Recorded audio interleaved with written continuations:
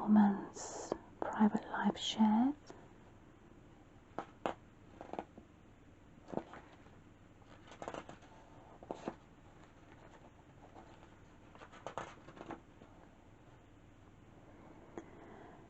To my husband, thank you for your continued support and encouragement. To my family that have given me unconditional support. And to the most precious person in my life, my daughter, you make me a better person.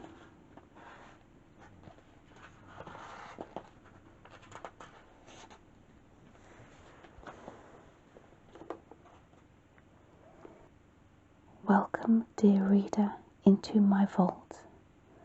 We all have our own vaults full of life stories and experiences, and I am, I imagine, just like you.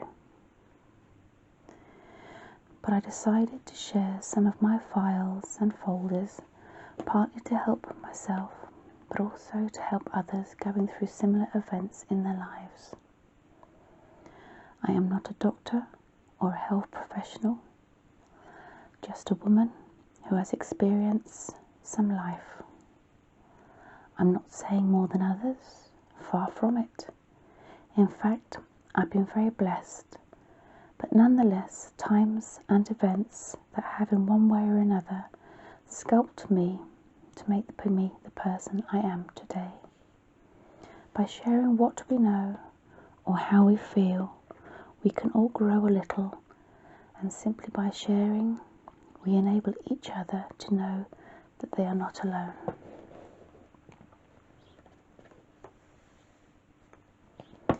If I'm honest, I didn't know whether to write this book, as I'm a very private person and felt I might be letting the cat out of the bag.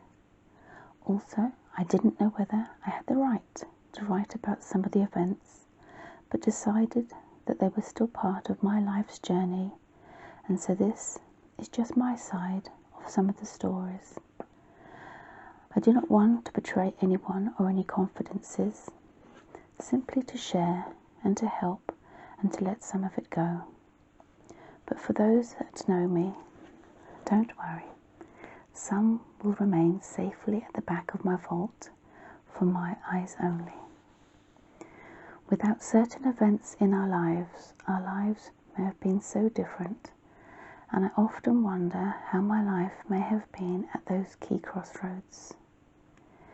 It is easy to reflect backwards into the past, as we know what has happened, and look into the future can be uncertain and unnerving.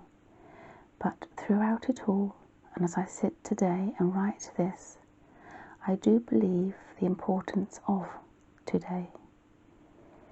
Everything leads to this moment, and tomorrow has not yet arrived. All that happens along the way shapes us into who we are, flaws and all. And for all I know, I could be currently sitting at one of the important crossroads of life. I hope I make the right turn to see what tomorrow will bring, and hope that my journey so far will on occasions interest you, move you, and help in some way. If not today, then perhaps tomorrow.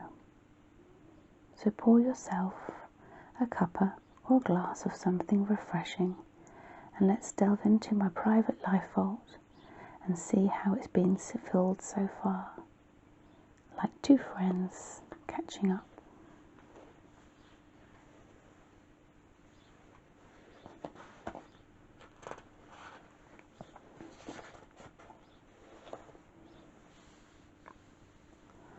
When darkness comes.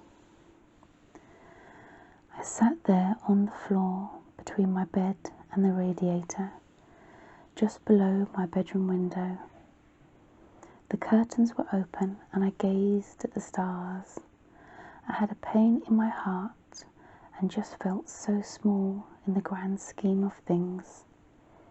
As I gazed at the stars, I wondered why, oh why? Why would God allow these things to happen? I felt alone, and the tears just never seemed to end. It's only later in life that I realised tears were good.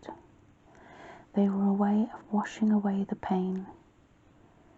It is when you feel the pain and you don't cry, you just don't feel anything, the darkness can really wrap itself tightly around you.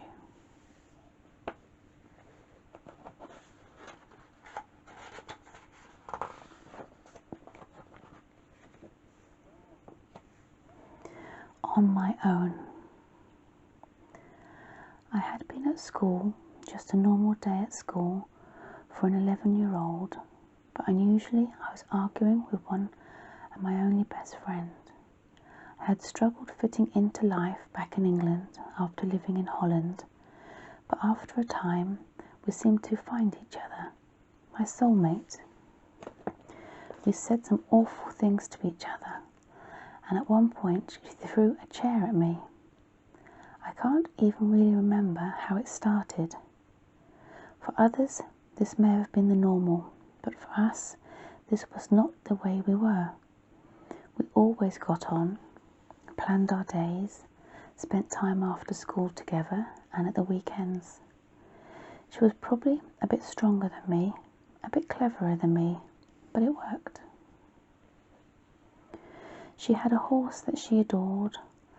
I was not a horse person at all, and yet after school I would go to her house and help her clean out the horse shed, come rain or shine. Her horse was a lovely white one and quite spirited. My friend would belly laugh on the days she let me ride her. I was so unnatural, and the horse scared the hell out of me. She would smack its behind to make it go a bit faster and even do small barrel jumps while I bumped around holding on for dear life. But I always forgave her, until that day at school when we argued. I didn't like the way she was with me, and when she apologised, I didn't really respond. She tapped me on the shoulder in the last lesson of the day and asked if I was heading back to hers after school to help with her horse, but I didn't want to. Today I would leave it, and today I would let her stew and head home alone. It was early evening, about 7ish, and I was in my lounge watching the television, I believe a Bond film, when I think it was but definitely a man hang gliding. And that man hang gliding I watched for what seemed a lifetime, as in the background I had heard the phone ring and my mother answer. I couldn't hear the conversation, but knew something was wrong. Rather than talking, there was a silence. I continued to stare at the man hang gliding with a sense of dread in my body until I heard my mother sit down in the dining room next door and sob. I got up and cautiously walked into the other room. The look in her eyes I will never forget.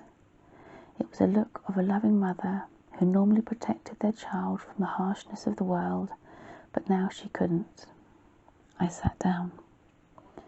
I was then told that my dear friend had been killed that evening on her beloved horse while she took it out for a ride on the road, just 10 minutes from her house.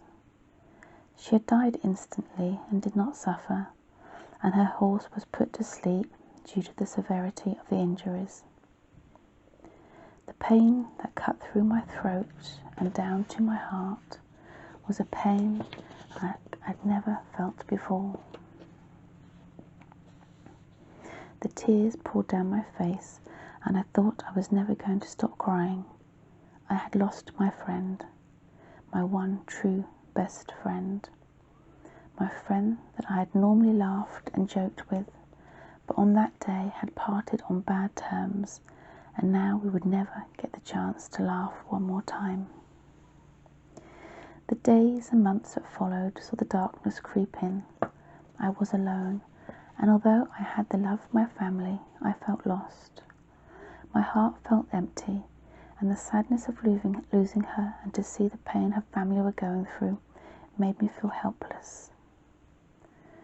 They had always treated me like one of the family and continued to do so, but now there was a spare seat at the table and the space felt like a canyon. I have played that day over and over in my mind and desperately wished that I could have turned back the clock and made my peace. What if I had gone back to her house and had been with her while she rode her horse? Would I have seen the white van that changed so many lives that day? We'll never know. Years later, about 10 years, on a night out with my friends in a club, I got talking to a guy at the bar with his friend who were downing shots and what looked like celebrating. I asked them what they were celebrating, and the guy looked at me with tears in his eyes and simply said that they weren't, but paying their respect. Something they did every year around that time to help him deal with the grief and mark the occasion when he hit a young girl and her white horse while driving home in his white van from work in a nearby village. Once again, time stood still, and I couldn't quite believe what I was hearing. I asked him a few more questions. I was now confronted with the man that took my beautiful friend from our lives and this world. I thought I would have felt anger, but instead I could see the pain that he had lived with all those years. I don't know if I blamed him or not. There was a bend in the road and the greenery was quite high. He just kept saying that he didn't see her as she came out and that it all happened so quickly. I can't really remember if I said much more to him, but I felt stunned. What are the chances of me bumping into this guy all these years later? And did it serve a purpose? Did it lay a few ghosts to rest or raise more questions? It just seemed astonishing, and as you know, God works in mysterious ways. But I couldn't help wondering what it meant, and why and how was it I was the one to cross paths that night with him, a stranger who quite clearly was affected by that fateful evening, who carried a pain with him, a pain that I had carried too, but for different reasons. Pain from the loss of someone is a pain like no other. It can stop your breath and make your heart so heavy it physically hurts. You live with it almost as a way of comfort. While the pain hurts, you are connected and we don't want to let go. But over time and through some very dark days, we bit by bit rebuild our lives. We place the pain to one side and deal with the sadness. But that moment and that pain will have made its mark on our lives forever, and through other dark days will come flooding back in the form of reminding us, comforting us, or later, when needed, guiding us.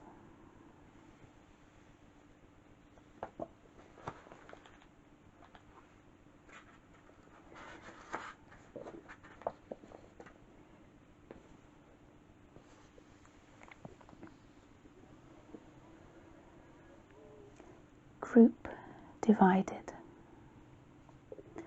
Hairspray filled the room along with laughter and a sense of excitement with what the evening would hold. We'd been into town and bought a new top, shoes and jewellery, and now it was all coming together for our weekly Friday and Saturday night out. A few drinks at home, and then my friend and I would meet at the usual time in the usual place with our other two friends. Then the night in town would commence, starting in our usual pub for a few drinks and dashing from pub to pub. All four of us with our own sense of style and yet similar, the pink lipstick, the eyeliner and hair that even the strongest winds would struggle to move. Like clockwork oranges would go from the bar to the toilets all night into the night wound itself down and would head off home for a sleepover, weary of laughing and joking and chatting about the night's events with a mix of regrets or good cheer. They were the good times and fond memories. It was a quiet Saturday evening and we had a family visiting. I had planned to meet my friends the next day, but as it turned out, the next day would change our group forever. I could hear her crying down the phone. Our good friend had been on a day trip on a ferry, and the ferry had turned over and was sinking. She had been on a ferry with her family, and water came in and caused the ferry to start to sink. One moment she was at the end of the duty-free, and the next she simply slid down the floor as it started to tilt and go vertical. People tried to grab each other but couldn't. I fell silent on the phone. I couldn't believe what I was hearing. A part of me remained optimistic and reassured my friend that she would be fine, that the rescue operation would find her and her family and lead them to safety. This could not be happening again. The rescue continued over the coming hours until it drifted into the night. The darkness slowed down the rescue, but there were many survivors, and thankfully my friend's family were some of those. But for our dear, beautiful friend, she could not be found, and her body was found some days later. When I put the phone down, I was comforted by my uncle, who was a reverend visiting us. I found it both ironic that he should be there when this was happening, but comforting at the same time. Our group had been broken up, and the pain felt by so many in this disaster could be felt around the country, by her family and our group, with unbelief that this could even have happened. What a waste of a young, talented, beautiful girl.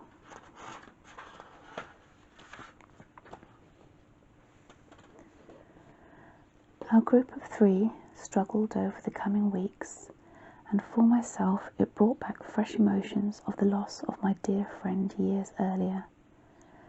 To see life so vibrant with so much warmth and potential just be taken away did not seem fair. Why them? What lesson were we being taught being left behind? I paid a visit to the grave of my first younger friend. I felt drawn to her and wanted to just talk, let her know what was going on in my world. I knelt by the small grave and placed my flowers down, but not without noticing first that on the back of her gravestone was the Christian name of our other good friend who had died on the ferry. So there was a gravestone. On either side had the names of my 2 good friends.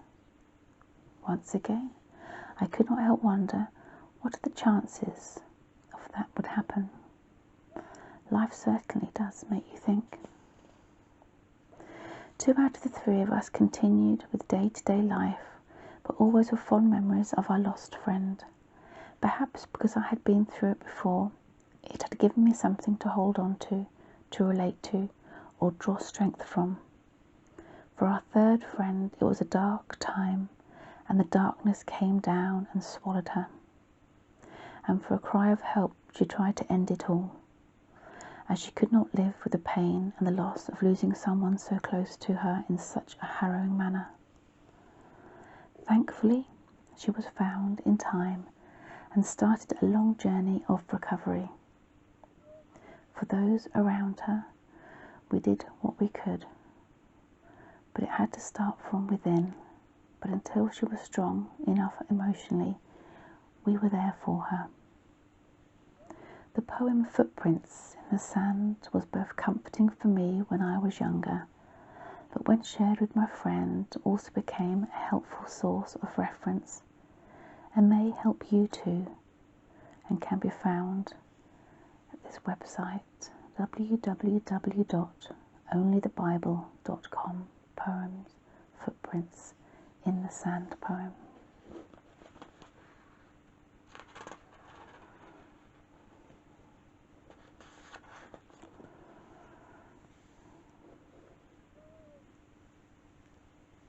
Expect the unexpected. I'll continue in the next video.